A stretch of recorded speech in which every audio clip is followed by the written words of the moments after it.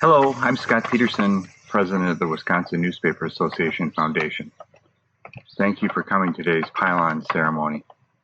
I know this is virtual, but this is as close as we can come right now to being on what I would call sacred ground for the Wisconsin Newspaper Association. For more than 70 years, members of the Wisconsin Newspaper Association and their families have traveled Eagle River for the association's annual retreat, a tradition that began in 1947. That was when Francis Schweinler, then publisher of the Mosinee Times, invited members of the Wisconsin Press Association, which is a forerunner of the WNA, to visit Trees for Tomorrow campus. The Natural Resources Specialty School had been founded just a few years earlier for the purpose of reforesting northern Wisconsin, as well as educating residents about the need for proper land management. Publishers returned year after year, learning about forestry and visiting nearby places of interest. It was during the 1956 outing that Hugh Hinderaker, publisher of the Lake Country Reporter in Heartland, had an idea. That idea was that the group purchase a tract of land in the area and set it up as a demonstration forest. It could be used as an outdoor study area for teachers and school children attending the Trees for Tomorrow camp. And publishers, families, and employees could also use it as a recreation area, while also practicing the forestry techniques they'd been learning about for decades.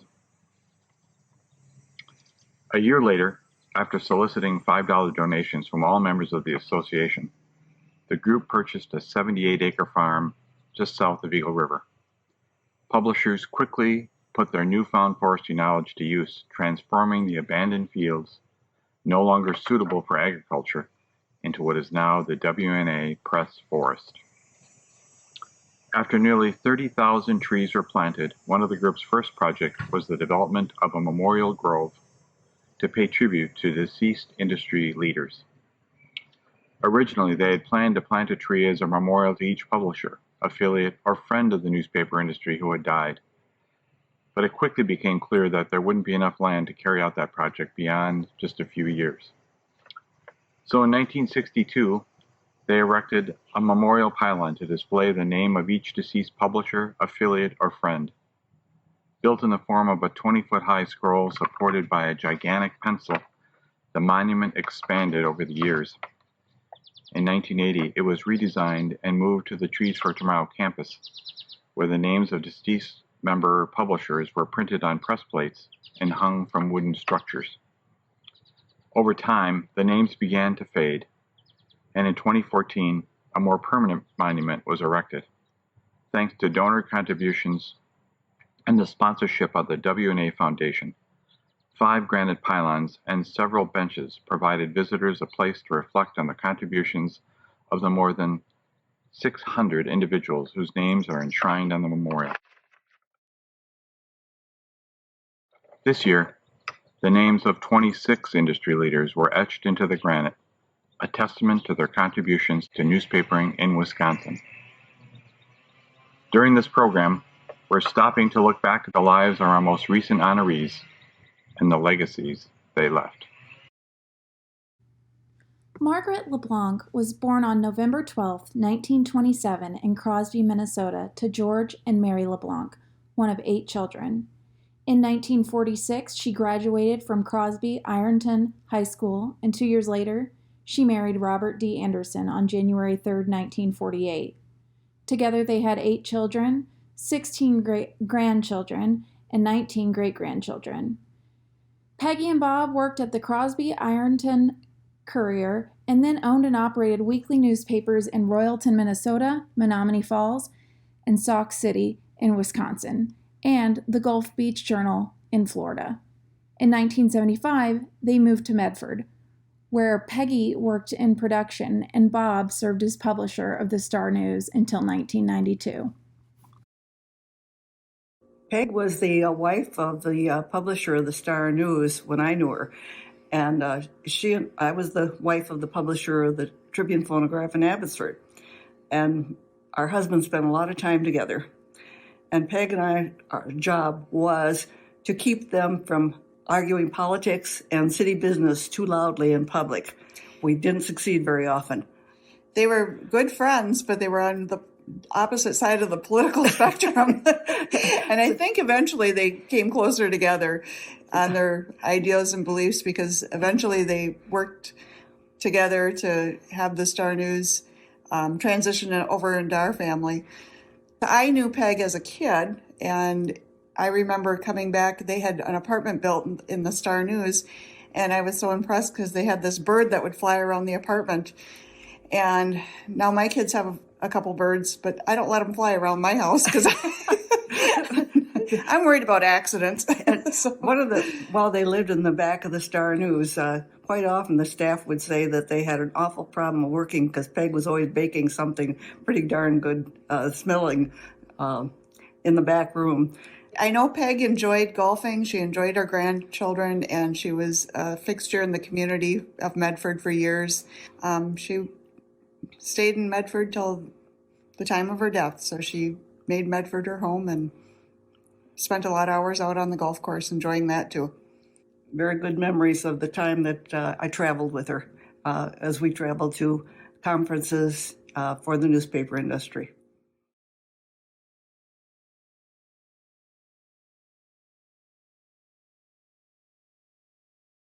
Thomas G. Besl was born on December 14, 1934, in La Crosse, Wisconsin, to Sylvester and Viola Besl. Upon graduation from La Crosse Aquinas High School in 1953, he joined the U.S. Air Force and served as a photographer following the Korean War. Tom returned to Wisconsin after his tour of duty and was hired as a printer at the Melrose Chronicle, a weekly newspaper about 30 minutes north of his hometown. It wasn't long after that he married his wife, Sandra, at Holy Trinity Catholic Church in La Crosse on June 10, 1959. A year later, the couple purchased the Melrose Chronicle and moved into an apartment above the newspaper's office. Tom took photos, reported on local news, and wrote a weekly column called Street Patter, which offered his view on everyday life through humor and storytelling. The couple raised 5 children together, and 20 years after they bought the Chronicle, they purchased a second paper, the Cashton Record. When Tom was diagnosed with Parkinson's later in life, he never lost a day to the disease. Instead, he lived his final years to the fullest, spending time with family and friends, always the life of the party.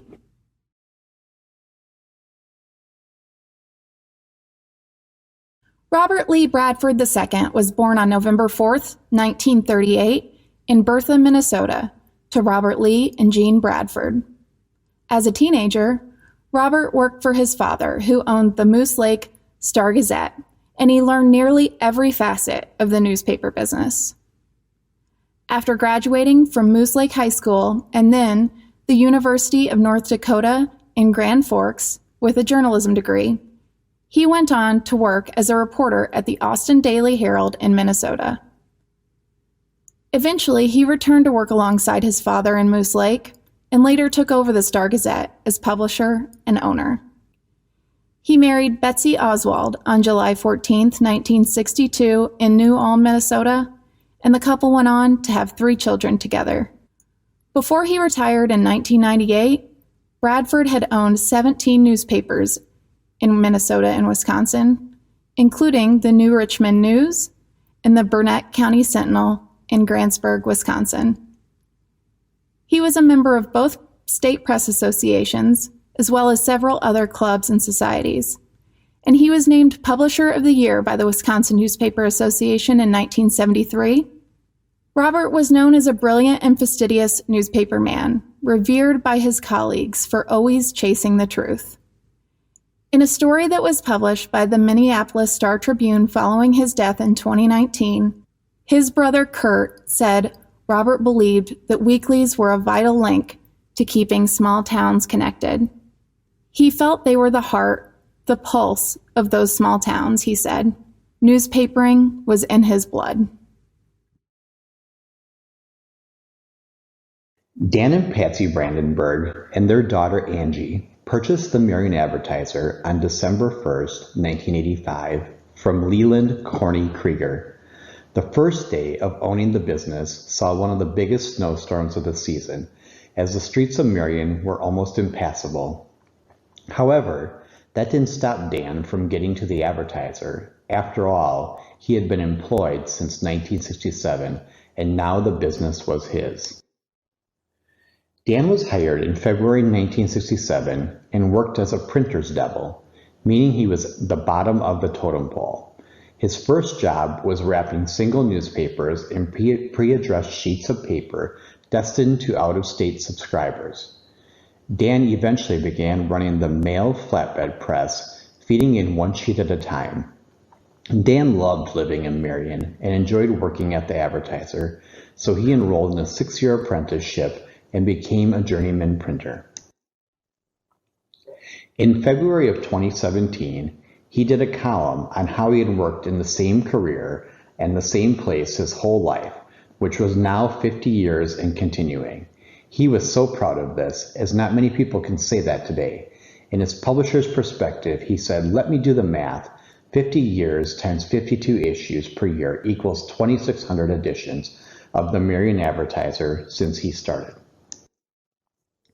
Dan could be found at the printing office 7 days a week, not always working, as many times people stop in to say hi and visit, or he would be sitting back by his desk chair watching his beloved Packers or some golf. In 1985, the Brandenburgs put on a 3-day celebration to celebrate the Marion Advertiser's 100th birthday.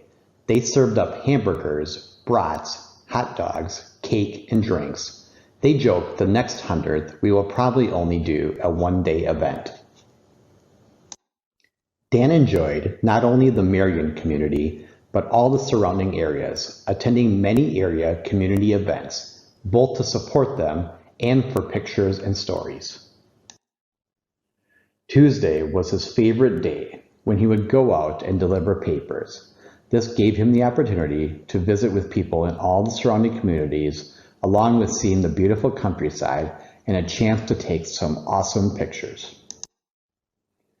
People enjoyed his sense of humor, as you can see when he joined in on a photo he was supposed to be taking, or his picture he shared when it was back to school time. Dan loved his family most of all, and it was a chance of a lifetime to work side by side with them. Although he could enter numerous newspaper contests throughout the years in business, he chose to produce the best newspaper in the country, and he always said if his subscribers were happy, that was the most important thing to him and the best award. Dan would still be behind his desk today, producing the weekly paper, if it wasn't for cancer. He was diagnosed with cancer in early 2017 and passed away in August of 2019. He never missed a day or a paper through all of his treatments.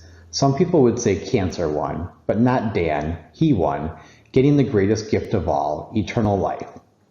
Today, Sarah Chischhauser continues to bring good news to the local area through the Marion Advertiser and continues the tradition which was so important to Dan, keeping the paper a community newspaper.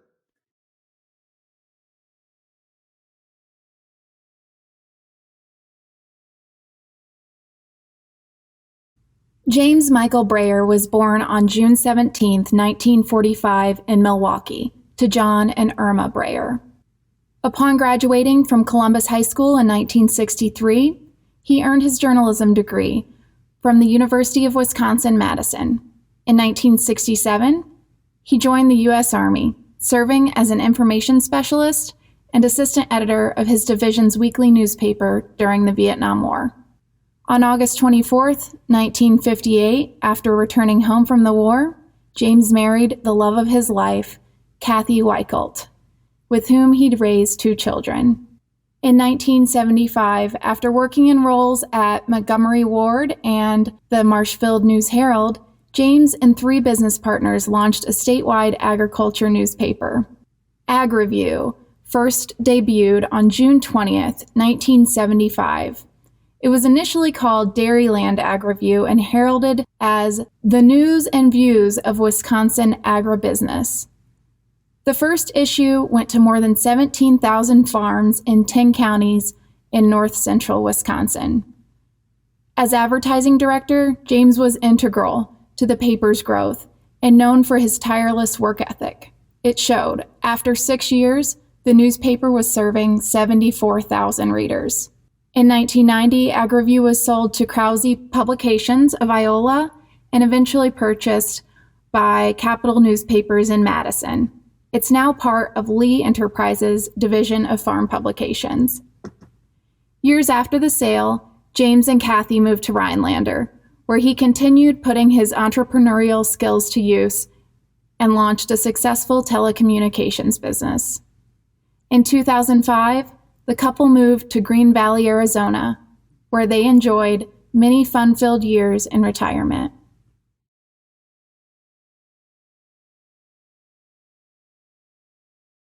Joan Catherine Ritzlaff was born on July 31, 1931 in Milwaukee, Wisconsin, to Valdemar and Florence Ritzlaff.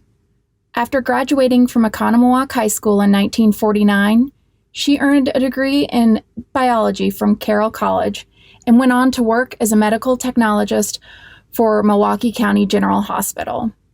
On June 10, 1954, Joan met Bruce C. Brown, co-publisher of the Oconomowoc Enterprise, while out dancing.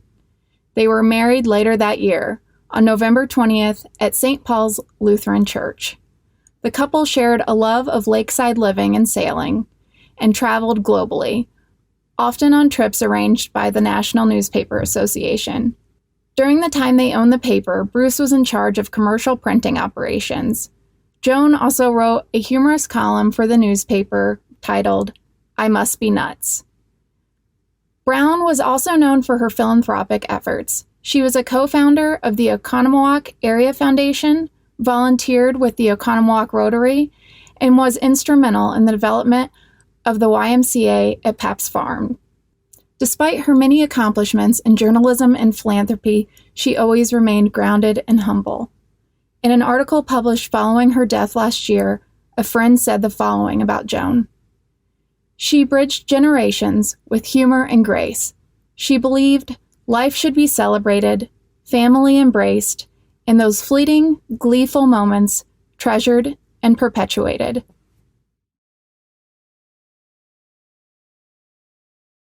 Frank W. Christopherson, Jr. was born on May 24, 1927 in Superior, Wisconsin, to Frank and Yvonne Christopherson.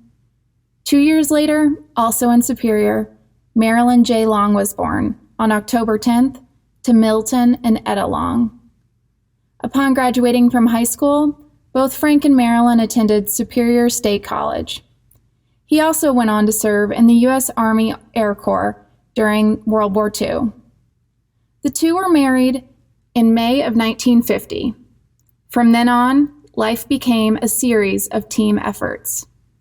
When Frank, an engineer with the Burlington Northern Santa Fe Railroad, made his bid for state senate and assembly seats, Marilyn was his campaign manager. Their efforts saw Frank serve as a member of the legislature from 1959 to 1967. In the 1960s, when the couple bought the Iron River Pioneer and the Bayfield Press, he took over as publisher, and she became editor. Along the way, they also raised 5 children and spent countless hours volunteering in their community. In a 2008 story about their volunteer work, the couple was described as 2 in a million. The story went on. They give without any expectation of getting anything back, and they're inseparable in terms of their devotion.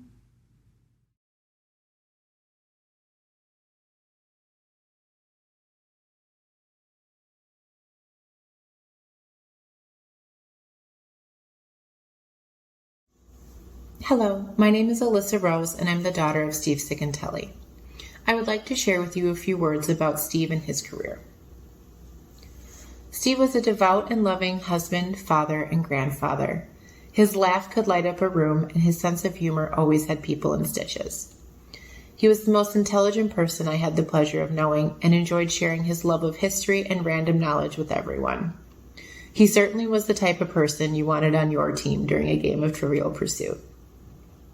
He loved sports and was a diehard Packers and Brewers fan. Besides his family, one of his biggest passions in life was spending time at our lake house and being on the water. He loved taking boat rides, swimming, and entertaining friends and family at what he liked to call his happy place. My father had a fighting spirit, and that was apparent to anyone that met him. Unfortunately, on June 15th of 2020, my father lost his long-fought 25-plus-year battle with cancer. I hope his fighting spirit and determination can serve as a reminder to everyone to live each day to the fullest. My father, Steve, was an extremely driven and passionate person. He started his career in the newspaper industry in 1987 at the News Graphic in Cedarburg, Wisconsin.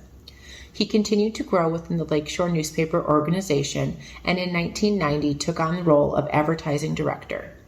In 1997, he became publisher of the West Bend Daily News and sales director for Conley Media Group, while also continuing his role as publisher of the Daily News. In 2003, he was promoted to vice president of advertising and sales for Conley Media Group. In 2012, he made the decision to retire from the company in order to spend more time with his family. After I graduated college, I got the honor and privilege to work for the same company as my father.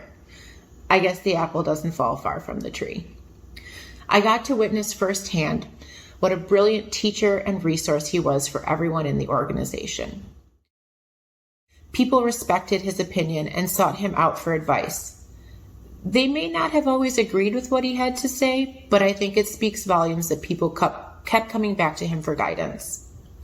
For myself, just starting out in my career, it was so special for me to witness my father at work, and that made me want to be just like my dad as I started to enter the corporate world. My father was an inspiration to so many people, myself included.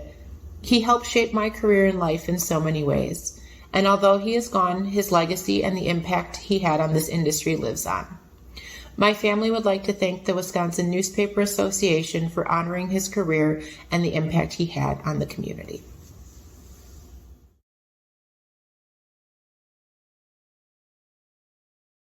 It's hard to know what to say about somebody like Jim because he was truly larger than life. Jim was a great explorer. He loved going on all sorts of expeditions throughout his life. He visited many continents, and he would immerse himself in the arts and culture of every continent and every group of people that he ran into. He very much enjoyed the journey. And so since his passing, I've taken a few trips. And of course, the first thing I do is I put Sari on and we're driving down the road and I'm, listening to her intently. And I noticed that because with Jim, it was an entirely different experience because he believed he had an internal GPS system. And he believed that he had this internal compass where he could just land places and he would never have to check a map. So 9 times out of 10, that worked because unlike myself, he did have an internal GPS system. So I remember one time it sticks in my mind because Brant was with us and we were going, I think, to Santa Fe. And I had taken the wrong turn, probably. And there we were driving and it was getting dark and we were looking for a new hotel that Jim wanted to experience. And I'm like, where do we go from here? Jim would be like, take this turn. And so we drove around for a while, and then from the back seat, I hear Brant say, Dad, I'll just ask Sari. Oh, I can't believe you would ask someone else. Don't you understand? This is about the journey, not the trip. This is just so typical of Jim because Jim Conley knew exactly who he was. At any given moment, at any given time, Jim Conley was Jim Conley. And everybody that met him knew that he didn't try to be like anybody else. He knew exactly where he was at any given time. And I think about this because I go on trips now, and it is my first response as soon as I close that car door to turn Sari on. And I think, damn, that was fun with Jim. Some of those trips we would see sunflower fields, we would go down and we would find the best little antique shop or something. And I think, he was right. He was so right about so many things, but that he was in particular right, man. You really have to enjoy the journey, because the trip, well, it's just the trip, but the journey, that's really what it's all about. I think that Jim was always very, very proud of being a newspaper publisher, and he was very proud of the communities that he served, and he felt that it was a higher calling, and he believed that it was the most important thing to get news to his readers. I think the one thing that most people remember is just his genuine kindness to people. He did not believe in walking by anybody in need. He started many different charitable organizations over the course of his life. He believed that if you could and you were in a position, you should try to help people. And a lot of people say that, but they don't do it. But Jim really, he put his money where his mouth was there and really made an effort to make people's lives easier. Everything from never walking by somebody on the street that asked for money. He would always give them money, whatever was in his, it didn't matter if it was $100 that came out of his wallet, he gave it to them. He started a program in Beaver Dam for clothes for school children. And he started scholarship foundations, and he just really felt that you had an overall duty to make your community a better place. I think the thing I'll remember most about my dad is how he supported me just throughout. When in high school, there were like a lot of different career options for me. And ultimately, I decided that the thing I wanted to pursue was music. And a lot of parents would look at music and they'd be like, this is not exactly, the most, I guess, conventional. It's not engineering. It's not necessarily the thing most parents aspire their kids to go into college for. But yet, despite that, he's always supported me to do music. And, despite later on deciding to change my major to finance, throughout really all of my life, he always supported me with really whatever I wanted to do. He believed that people had a right to get news in their communities, and he wanted to be part of that journey for them. So.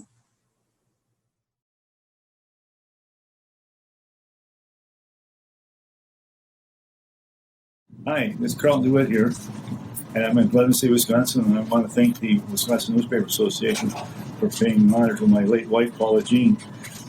When her and I first got married so many years ago, we both knew that newspaper work and printing would be life's work. And when we bought the newspaper from my parents back in 1975, she became the bookkeeper, the receptionist, the proofreader, and she wrote the files for from years ago. But she was also interested in community events and community affairs, and she volunteered for many of them. She was a Sunday school teacher, she was president of the community club, but she was the community's first emergency medical technician. And she served on the ambulance for 44 years, and she went on over 1,000 runs. After her passing, memorial funds were sent in her name. They donated over $35,000 to local events, most of it went to the ambulance. On her tombstone are inscribed the words, "Free press, free people." And again, thank you.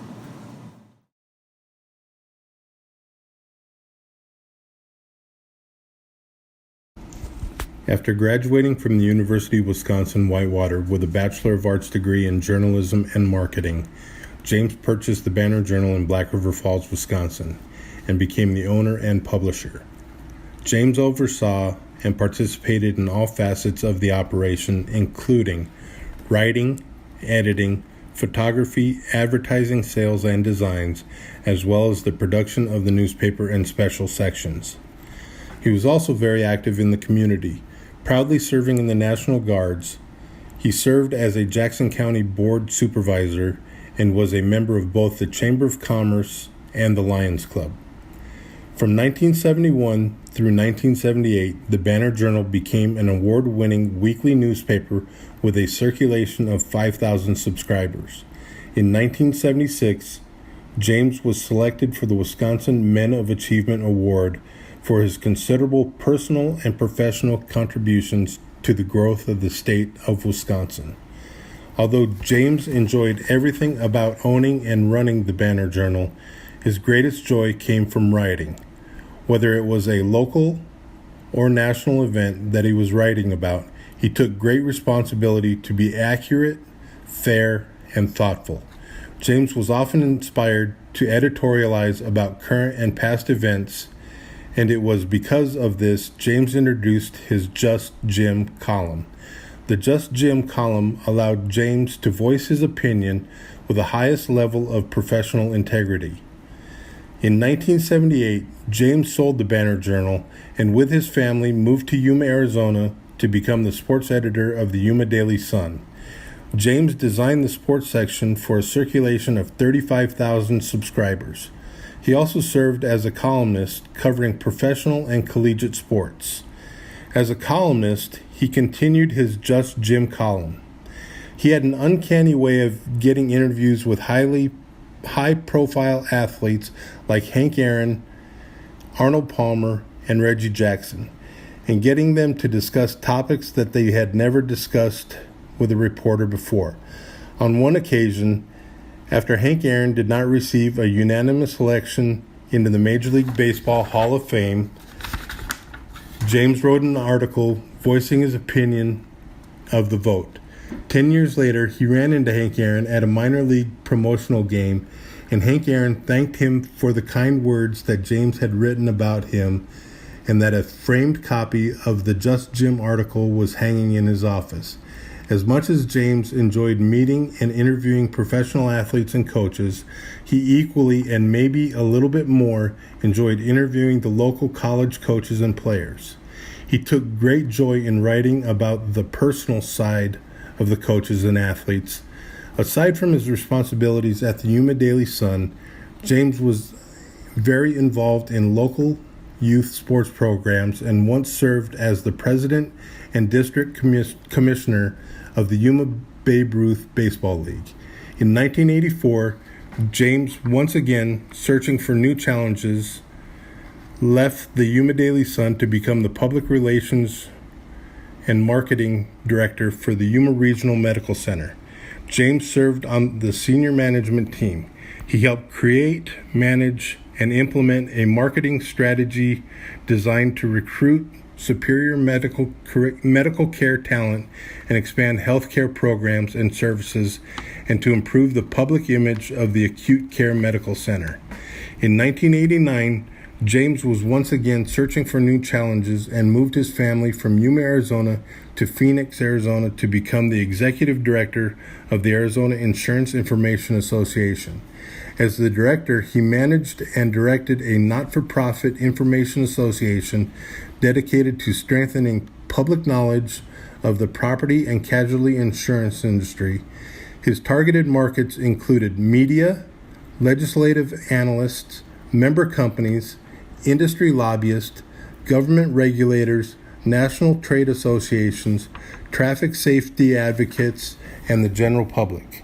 He helped create and co-chaired the Arizona DUI Task Force, facilitated in the creation of the Arizona Department of Insurance Fraud Unit, and assisted in creating the Arizona Auto Theft Authority, and was appointed to serve on the Governor's Traffic Safety Advisory Council.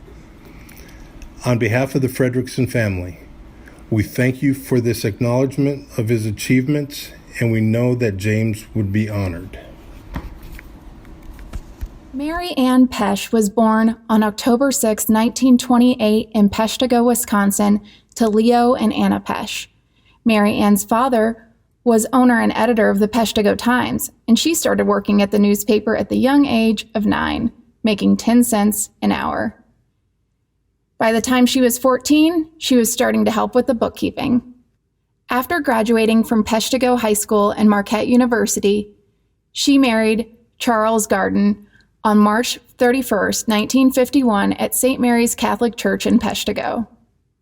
They went on to have 12 children together. Mary Ann became editor of the newspaper in 1981 after her father passed away and continued working there until after her 90th birthday. Even at the age of 90, she continued to edit news, assign reporters stories, and handle most of the billing. And she always took the time to chat with friends and customers who stopped by the office.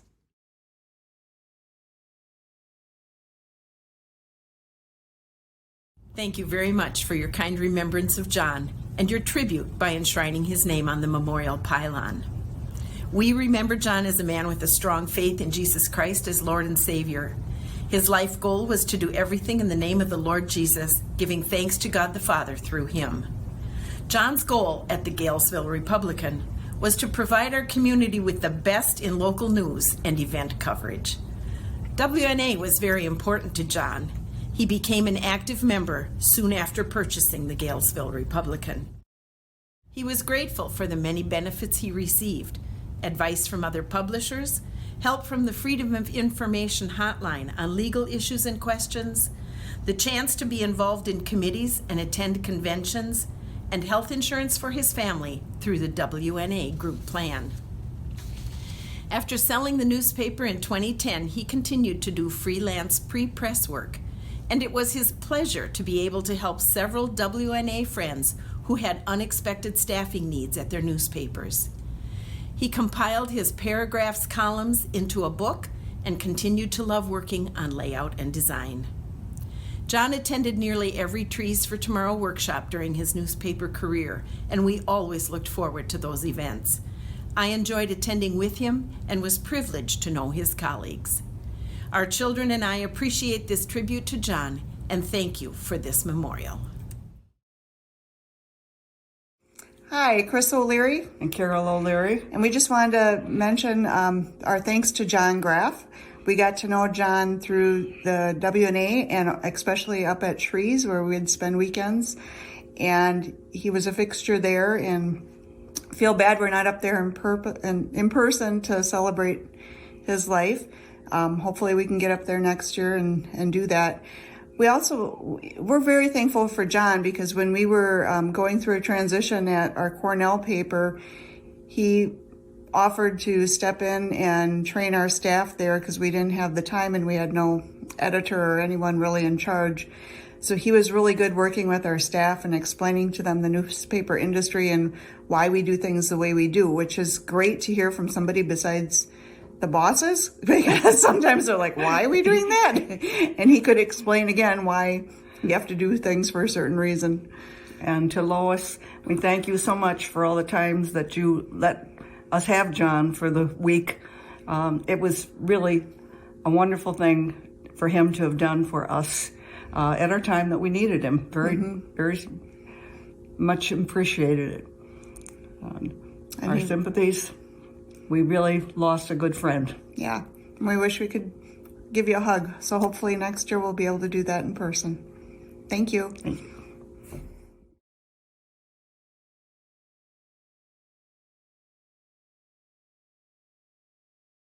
Greetings from Andrew Johnson. I'm a retired publisher of 3 small community weekly newspapers in Wisconsin. I'm also the past president of the Wisconsin Newspaper Association and the National Newspaper Association. It is a special honor for me to say a few words in remembrance of my good friend, Bill Hale, at this virtual pylon ceremony normally held at Trees for Tomorrow in Eagle River. It is a place that Bill really liked to go to, and he really loved and encouraged participation at Trees for Tomorrow. Different publishers contribute to their communities and to the newspaper industry's different ways. For me, Bill Hale's gift was mentoring other newspaper people and people on his own team. It really stands out what he did for mentoring. He was very special to me. I'd like to read a letter that I drafted to nominate Bill to be entered into the Wisconsin Newspaper Association Foundation Hall of Fame. Bill made a significant contribution to the Wisconsin newspaper industry in the late 80s and early 90s through his effective mentoring of people interested in improving their operation or skills in the newspaper business. He made people a high priority and treated many as close friends. He took the time in developing specific skills among his own staff members and in helping editors and publishers run better newspapers. He always welcomed visitors to see his operation and would even travel to other papers across the state to help if needed.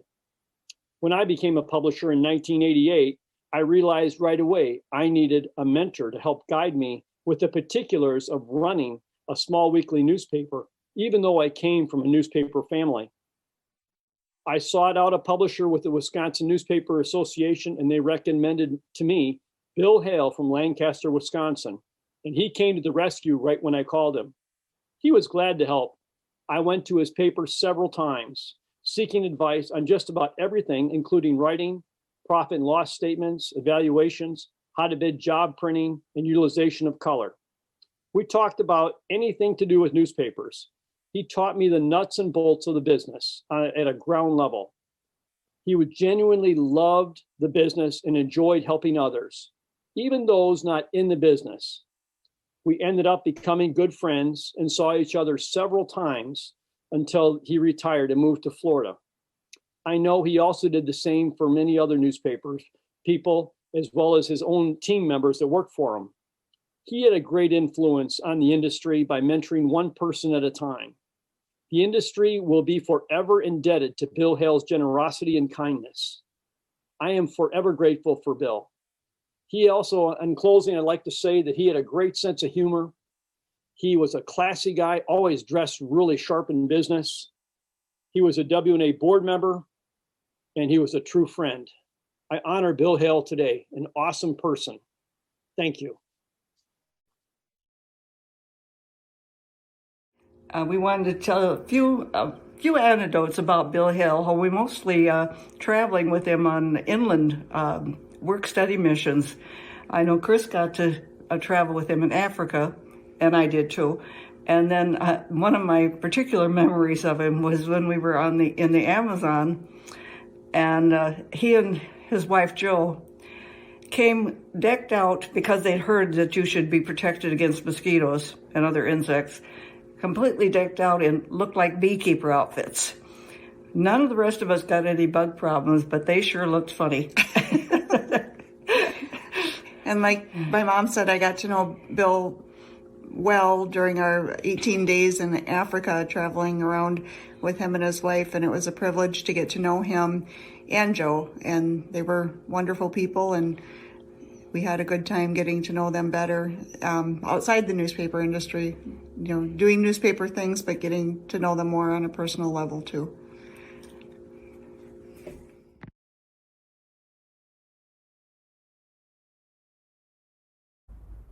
Hans Ham was born on April 1st, 1924 in Milwaukee to Victor Carl and Pearl Morgan Ham.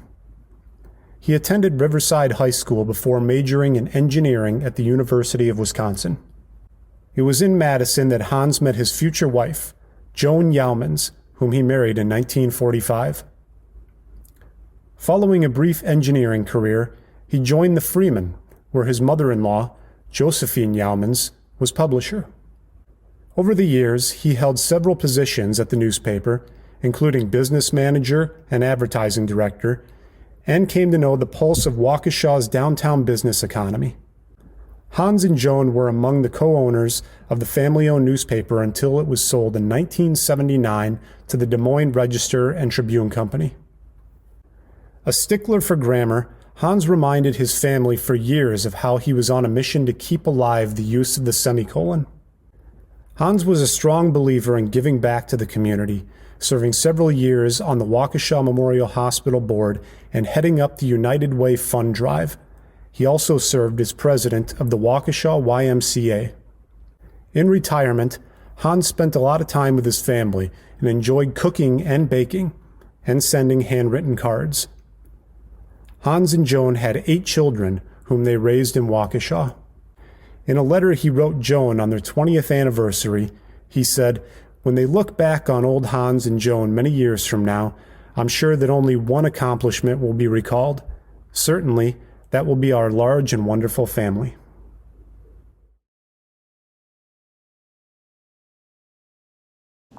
Our parents' journey into the printing and newspaper industry began back in the 1950s after our father graduated from the Dunwoody Institute in Minnesota. After he completed his studies, he took on a commercial printing job in Minneapolis. The start of his new trade, however, was interrupted by 2 years of active duty in the Navy. When he completed his time in the Navy, he returned to Minnesota and began working for a newspaper in Albert Lea. It was this job that really developed his passion for journalism and printing. After working in Albert Lea for 2 years, he decided to purchase his first newspaper in Minnesota Lake. As the story goes, when he purchased the paper, he was told that he needed to move it out of the basement of a hardware store. Luckily, the mechanical people that he worked with in Albert Lea came to the rescue and helped tear down the old machines and move them to the new location. Another stroke of luck that our father had during that time is he started dating the light of his life, Jean McGuire, who eventually agreed to become Jean Hess. Together, they built the Minnesota Lake newspaper up to a higher level. And after several years, they decided it was time to take on another challenge by buying a newspaper in a new state when they decided to purchase the Loyal Tribune in Loyal, Wisconsin. While working together at the Tribune, they found out that our mother had a true passion for sales, which helped to build the newspaper by increasing sales over the period of time that they owned it. But once again, they decided it was time for a change. And as luck would have it, they were able to find the perfect people to continue the Loyal Tribune and also to make it stronger by combining several weekly newspapers together to form the Loyal Tribune Record Gleaner. Those owners were Robert and Florence Berglund. With the decision to sell the newspaper, Dad was not ready to get out of the printing business, however. When they were constructing our new house, one of the specifications they needed was a basement that could house printing presses. I'm not sure how many kids were ever able to say that they ran a printing press, much less say that they had a printing press in their basement. But my brother and I were very lucky to say both. Our parents continued their entrepreneurial ways of running businesses, with my dad taking over an insurance agency in Loyal and my mother starting a clothing store. Eventually, our mother sold the clothing store and our parents joined forces again, working together in the insurance agency, which they did for a number of years. As time went by, my dad was offered the opportunity to run 2 small-town mutual insurance companies while my mother continued the agency that they had built up together. Eventually, they retired to spend more time with family and friends. Our parents enjoyed working together in the newspaper and printing industry, and I strongly believe that helped form a great foundation for our lives as a family.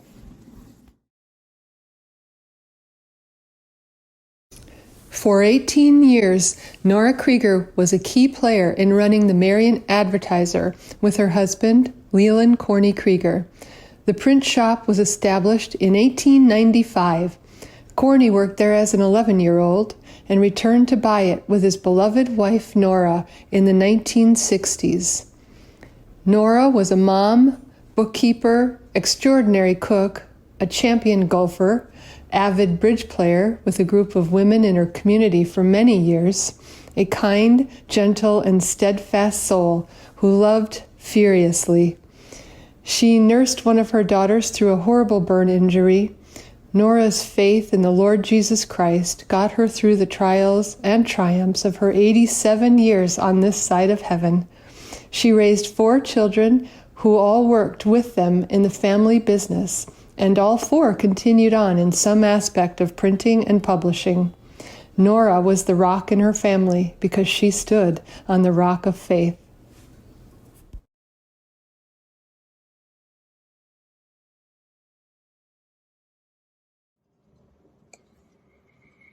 It's a funny thing about how life will come full circle.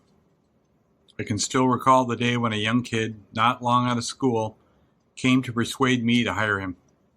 I was the managing editor at the Lake Country Reporter, and he wanted a job in my newsroom. He was a few years out of the University of Wisconsin, Oshkosh, but he'd been unable to find a job in journalism, and so he was selling insurance, and he hated it. I had seen this before. He was trying to sell me on him, and I was reluctant. Journalism is a hard master, and you have to love it deeply if you want to be in this field. But he was a good salesman. He had charisma, and I could tell he had a strong character. So I hired him. He was the editor of the Oconomowoc Focus, and his name was Steve Lyles, and he did a hell of a job. He tossed out the book on how this job had always been done and chose instead to do it how he thought it should be done. He was great. Before long, his career was on the rise. He married another one of my employees as well, Carrie, the woman who was our special section intern, and everything was going right. With a growing family to be concerned about, he decided to go from news into ad sales, where he excelled. He was selling a product he loved, after all, the newspaper. Before long, he was manager, and eventually he was publisher. And one thing led to another, and the guy who begged me to hire him was now my boss. What goes around comes around.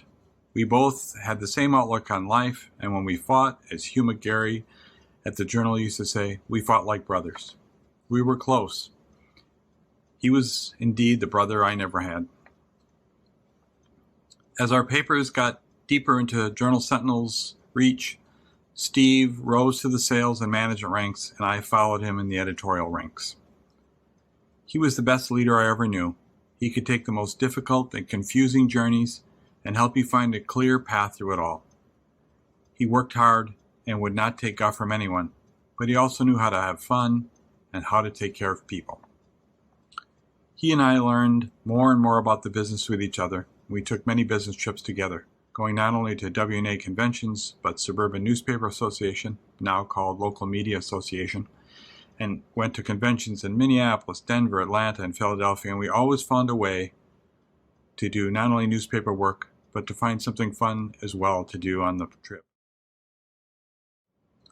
There was never a dull moment when Steve was around. He hated to be bored, and he was always looking for the next big thing.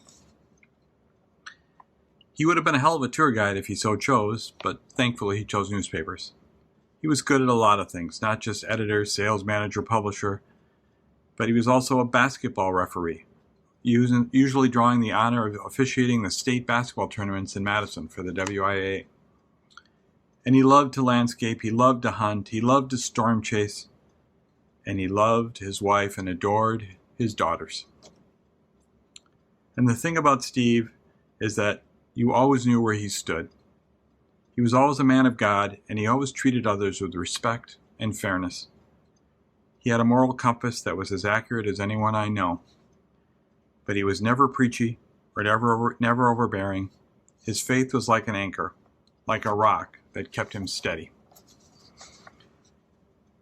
As time went on, it became harder and harder for us to find our way to grow at the place we were. So he moved to a different field. I moved to a different newspaper. We remained friends and talked often, but I will never forget the day that Debbie, a colleague of mine at Journal-Sentinel, called me to say that Steve Lyles had died suddenly at work after a brief workout exercise. I could not believe it.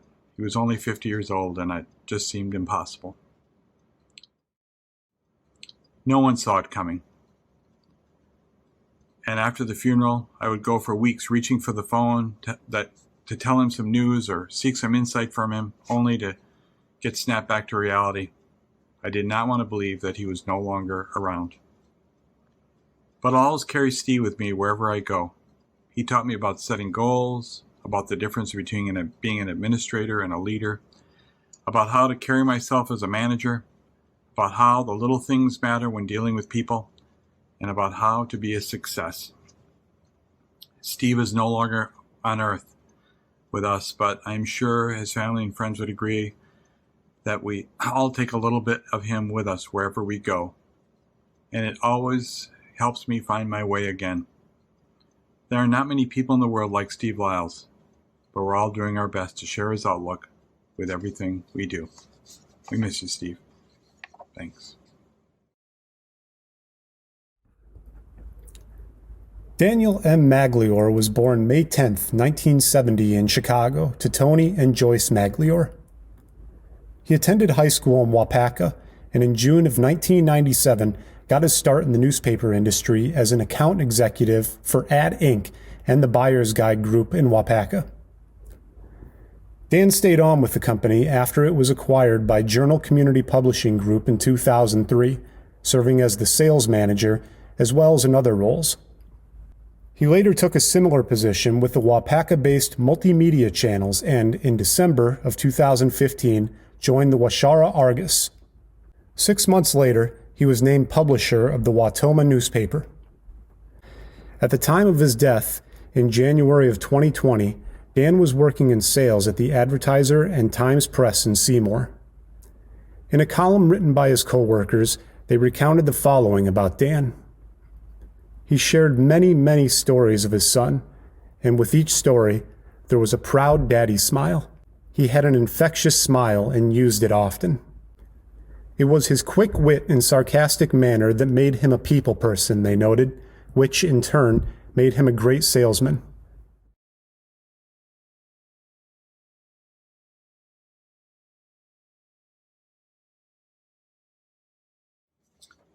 He was a big, loud, intimidating man. Everyone who knew him, even his family, called him Big Jim. It was not an exaggeration. He had a personality as big as any room he was in, as big as the newspaper office, as big as the newspaper, and as big as the community that paper served. Everyone knew him, and whether they liked him or not, he was a presence. He was a celebrity in Lake Country back in a time when newspaper publishers somehow had the ability to be famous in their own right. And into this world, a 21-year-old kid, right out of college, so dumb he didn't even know how dumb he was, but he had the courage and showed enough promise that Big Jim gave him his first break. That guy was me. I just lost out on a job at the Monroe Evening Times, and if I hadn't done a stringing job for the Milwaukee Sentinel the night before in Jim's backyard, I might have driven to Hartford instead of Heartland by mistake. Jim was never short on bravado, and during the interview, he told me everything that was wrong with my story. He was testing me, pushing me, of course. He wanted to see how I'd react. I don't know what I said, but Jim somehow liked what he saw. The rumor was that Phyllis Roth, the managing editor, is the one who really liked me, and she talked Jim into hiring me. But regardless, somehow he hired me, and 41 years later, I am towards the end of the best career anyone could ever want. Jim taught me so much, and I soaked it up like newsprint. I learned how to make a good story interesting, what kind of things got people talking, and about how to work with others, and how in a small town it's not about politics, but about people, and you have to learn to get along with all stripes. And I learned that not only did I have to get things right, but I definitely did not want to get Jim angry. One day I misspelled the name of Linda McIsaac. She was a school district administrator, and I had mentioned her names many times in a 70-inch story, back in the days when you could write 70-inch stories. And to this day, I can't remember if her name was spelled with 2 S's or 2 A's, but whatever it was, I did it wrong. This was the days when reporters did not have word processors. They typed on a typewriter, handed it to an editor to edit, and then the editor gave it to a typesetter, who typed it in a key punch machine without a screen that created a tape with holes in it that was fed into another machine that generated film and spit out a whole galley, a long stripe of a story that was 1 column wide. And any mistake that was made had to be replaced by hand with someone using an X-Acto knife and cutting and pasting 1 line at a time into every place there was an error in that story. Marge, the proofreader, had marked with blue pen every error, which was going to be hours of tedious work to repair. I quickly learned that time was money. Well, Jim came storming down from his office and held this galley up in the air in the newsroom. It was like the head of Medusa, so scary no one wanted to look at it. And he bellowed in the voice that only Jim could do, "I don't know who misspelled this name of Linda McIsaac, but whoever it is, they should be fired."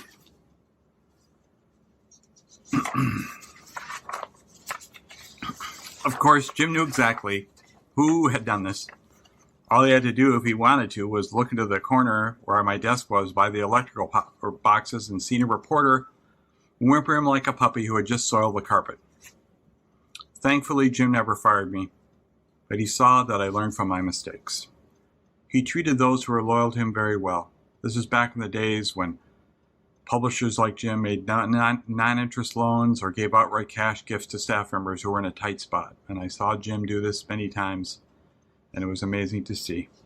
He treated my wife and our young children like they were grandchildren. He was like a second father to me. He gave me every opportunity, and I did my best to show that I deserved his respect and the privilege he awarded me. And his wife, Mary, whom we also honor today, was the sweetest woman you would ever want to know. She was a woman of high character and someone whom Jim loved and deeply respected. She always let Jim lead, but she always had Jim's ear. She had a silent strength that is so underappreciated in these bold and brash days. And even in her 90s, she always had this radiance about her. She just seemed to glow.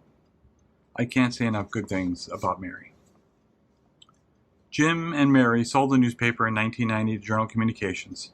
He had multiple offers, but he was the owner of a newspaper in the heart of Lake Country, one of the fastest growing and most affluent areas of Waukesha County in the whole state. He chose to sell the Journal because he knew they would take the best care of his employees. And he was right. Jim always looked at his newspaper like they were his family. Soon after this, another chapter would be written for the employees, but no one would forget the Jim McClune era. In Charles Dickens' A Christmas Carol, Ebenezer Scrooge looks back on his career and his Christmas past, and he recalls fondly the time with old Fezziwig and just how wonderful those days were. And that's how I think, and many of his co-workers, my co-workers, felt as well. That was Big Jim. In his era, it was such hard work, but it was so much fun. Newspapers were revered, and it was an honor to work for them. Jim, I think, had 8 children, but in many ways, all of his employees were like his children. We were all family. And it was such a great way to start a career. I will never forget the golden era and the larger-than-life guy who made it happen. Big Jim and his dear wife, Mary. Jim, I'll raise this glass of Jim Beam. Somewhere in heaven you are sipping on a Manhattan, and I hope you're looking down fondly at how much you changed the world and all of us. You are very much missed. Thank you.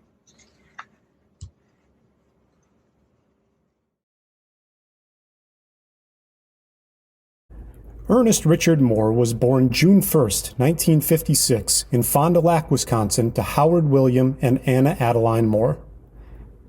He grew up in Ironwood, Michigan, and graduated from Luther L. Wright High School in 1974. After high school, Ernie earned a technical printing degree in Green Bay and a bachelor's degree at Winona State University in Minnesota.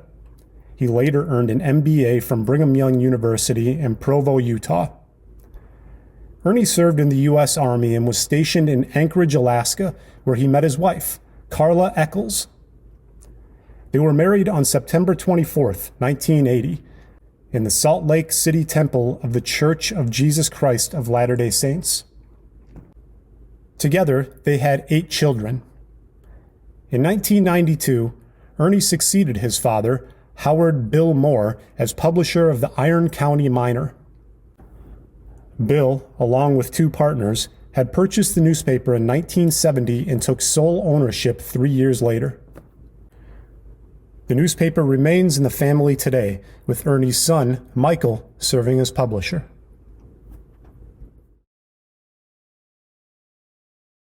Marjorie G. Curry was born on May 10, 1924, in Ekdahl, Wisconsin, to Walter and Olive Curry. She attended Polk County Teachers College in St. Croix Falls and earned her degree at what is now UW Superior.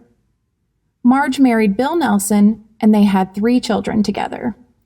In 1962, while living in Minnesota, Bill had a printing job and she was teaching.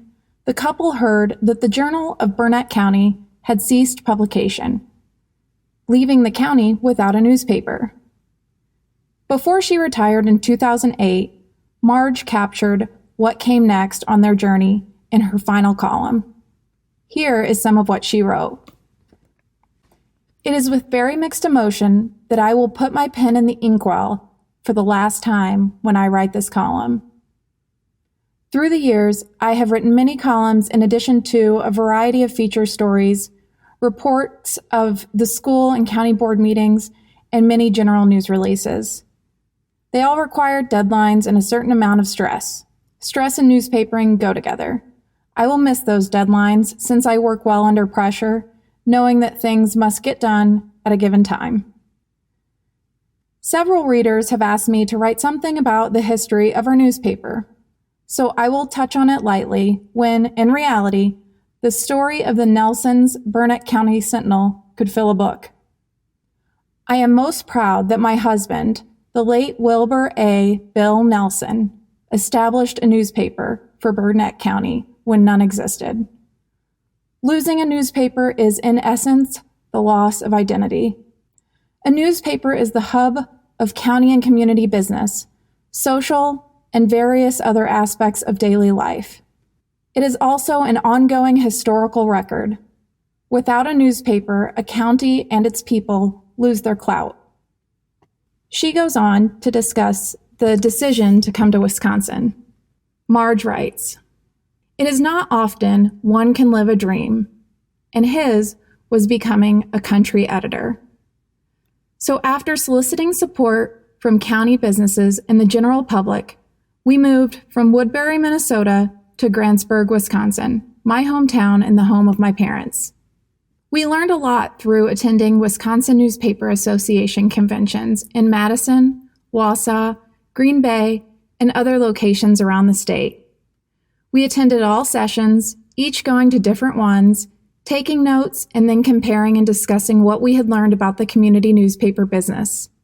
Getting to know other publishers and editors around the state and comparing notes was also valuable in our education process." Bill died on March 1st, 1975 at the age of 56. I continued to publish the newspaper until 1989 when I sold it to our son Gary, who published it until he sold it in 1994. Bill's name remains on the pylon of the Wisconsin Newspaper Association's Trees for Tomorrow Memorial at Eagle River, with many other fine state journalists who had kept the public informed over their career. My name will also be added to that pylon upon my passing, and I consider that a great honor and a lasting memorial.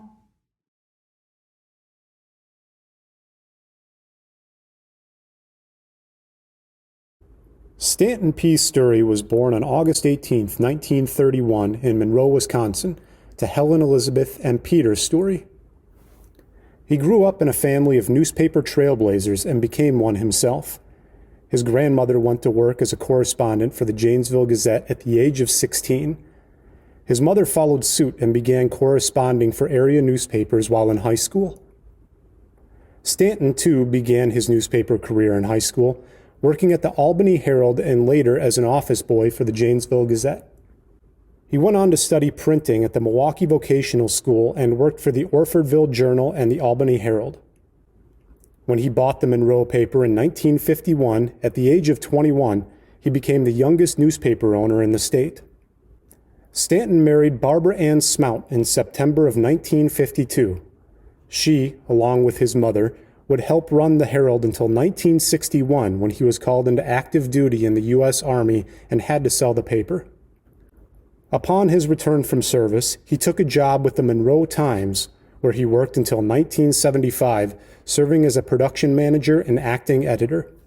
After his newspaper career, Stanton moved west and went on to work in a variety of fields, including one as a real estate agent, Methodist pastor, and a car dealer. He also did police work, and, along with his beloved German Shepherd Maggie, he was very active in Rocky Mountain search and rescue. Stanton and his wife, Barbara, had 3 children, 8 grandchildren, and 28 great-grandchildren.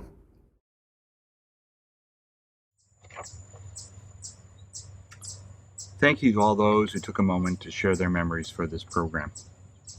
You can see the list of all the names currently enshrined on the pylons at the WNA Memorial Grove by visiting the Trees for Tomorrow campus in Eagle River, or by accessing your virtual pylon on the WNA's website, wnanews.com. The virtual pylon, which aims to document the lives and contributions of more than 600 inductees, is an ongoing effort by WNA staff. If you'd like to help in this effort, I encourage you to visit the pylon page on the website to learn more. Thank you again, and if you get the chance, please come to Trees for Tomorrow and visit the sacred ground of WNA, the place that has so much history and so much meaning for people in our business. Thanks again.